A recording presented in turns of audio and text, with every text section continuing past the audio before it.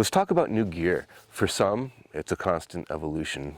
Others, borderline unhealthy obsession. So that being said, I'd like to show you guys some new gear that I have that I'm going to be using this season. And I have all that gear inside this backpack. And this backpack itself is a piece of gear that I want to talk about. So we'll start with that.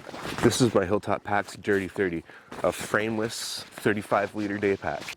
Over the last 20 plus years, my favorite day pack has been the North Face Terra 30. I've used that backpack all over the place on so many adventures, and I absolutely love it. But it's heavy and getting really old now, and I've taken a liking to these frameless, lightweight backpacks. So I'll be using this pack a lot more on my day trips now. And attached to the outer strap of the pack is the Garmin InReach Mini 2.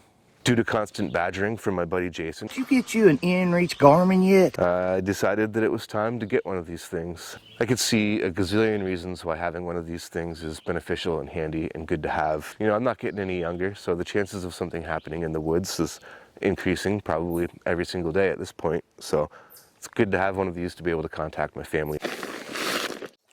Bigfoot Bushcraft. Now personally, I like to make my own fire starters. It's affordable, it's easy to do, and it works. But I've seen a lot of people using these, and it's a small American company, so I had to check it out. More on these later. Dyneema. This is my first Dyneema tarp, an 8.5 square prototype from Hilltop Packs. This is the first Dyneema tarp that Hilltop Packs has ever made. It's a prototype. Ben made it just to make it, get a feel for it, and then sent it to me for testing and abuse. So I'm really looking forward to using this, and it's going to pair perfectly with my next item, the MSR Freelight 1. This is my newest solo tent, a super lightweight, semi-freestanding solo tent made by MSR. Weighs 1 pound 10 ounces all in, and yeah, I'm really pumped about this thing. I like this tent a lot. I've had it in rain, I've had it in snow. So far it hasn't let me down. I have high hopes for this tent. On those lightweight missions where weight really matters, this is the tent that I'll be using. And I'm going to pair it with this tarp. It's an awesome combination. This tent and this tarp together is just a hair over 2 pounds. Toaks titanium. I have the 700 milliliter wide bottom pot along with the 550 milliliter mug. Now buying these actually turned out to be a relatively affordable way to drop quite a bit of weight from my other cook kit. The pot and the mug nest together quite nicely for a slim overall package, and the combined weight of these is ½ ounce more than just the mug that I had been using previously. Titanium is awesome. Here's my bear bag system, and you guys know that I use Hilltop Packs. Extremely lightweight, rugged Dyneema bear bags. But what's new about this is right here. Focus, there we go.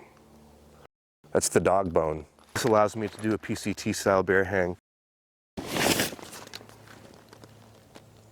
This is my Sea to Summit ultralight air mattress. My Nemo Tensor failed me, and the warranty process was taking as long as it did. I found myself in a pickle, and I needed an air mattress ASAP. It was still kind of cold out, and we were going up into the mountains. There was going to be snow, but I knew that I had an insulated mattress on the way, so I didn't want to get another insulated air mattress. What I wanted was something lightweight and low profile for the summer months, the warmer months, and this is what I came up with. I went to my local EMS, Eastern Mountain Sports, and they had this in stock on sale for a pretty decent deal, so I picked it up. I've used it, it works great. It's actually quite comfortable for a 2-inch pad, and it's going to make an awesome backup. And speaking of pads, my Nemo Tensor has arrived. This is the warranty replacement from my original Nemo Tensor, and this is the insulated model. It's got an R value of 4.3, I think, so I'm excited to try this out this coming winter and in the colder months. I've already used it twice just to make sure that it holds air from the factory, and so far so good.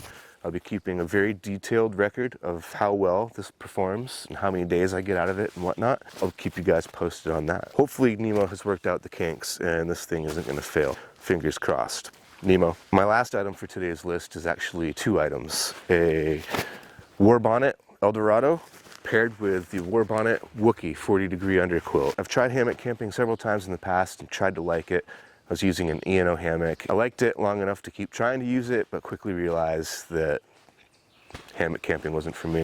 So watching some of my YouTube buddies rage about how comfortable their hammocks are, and the whole process of my Nemo Tensor popping and having to replace that through the warranty process, that kind of got me thinking that underquilts don't pop. So I figured what I needed to do was invest in a good hammock system to give it a fair and honest go. I did use this setup on a canoe trip earlier this spring, and it was awesome. I loved every single minute of it.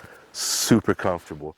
So I'm going to be working on my hang. Now, it probably seems a bit conflicting to be talking about a new tent and new sleeping pads and a new hammock, but it is what it is. Now, I have a thing for tents. I absolutely love tents. And when it comes to the ultralight aspect, it's going to be hard to get this hammock set up down to the weight of that MSR Freelite 1. However, it can be done, and I'm working on it slowly. This is a hammock that my buddy Jeremy made for me. He's a crafty dude. He made me this hammock.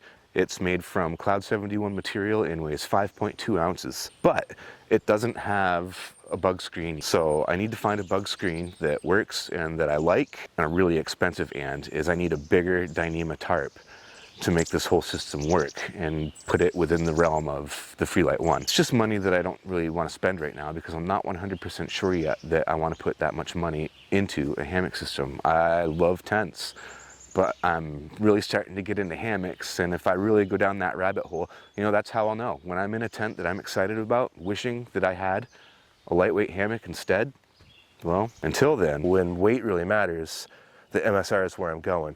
But anything other than that, probably going to end up using the hammock or trying out other random pieces of gear that I get my hands on one way or another, whether I buy it myself or some awesome subscriber decides that they want to send me, you know, like a Seek Outside tent. The Seek Outside Silex is another tent that I've been using this year, and that thing is pretty cool. So that's it, guys. That's all I got. New gear that I'll be using this season. All of it is gear that I'm excited about, and I can't wait to see how it all plays out. Should be a fun year. Thank you for your support, and thanks for joining me, and I'll talk to you guys later.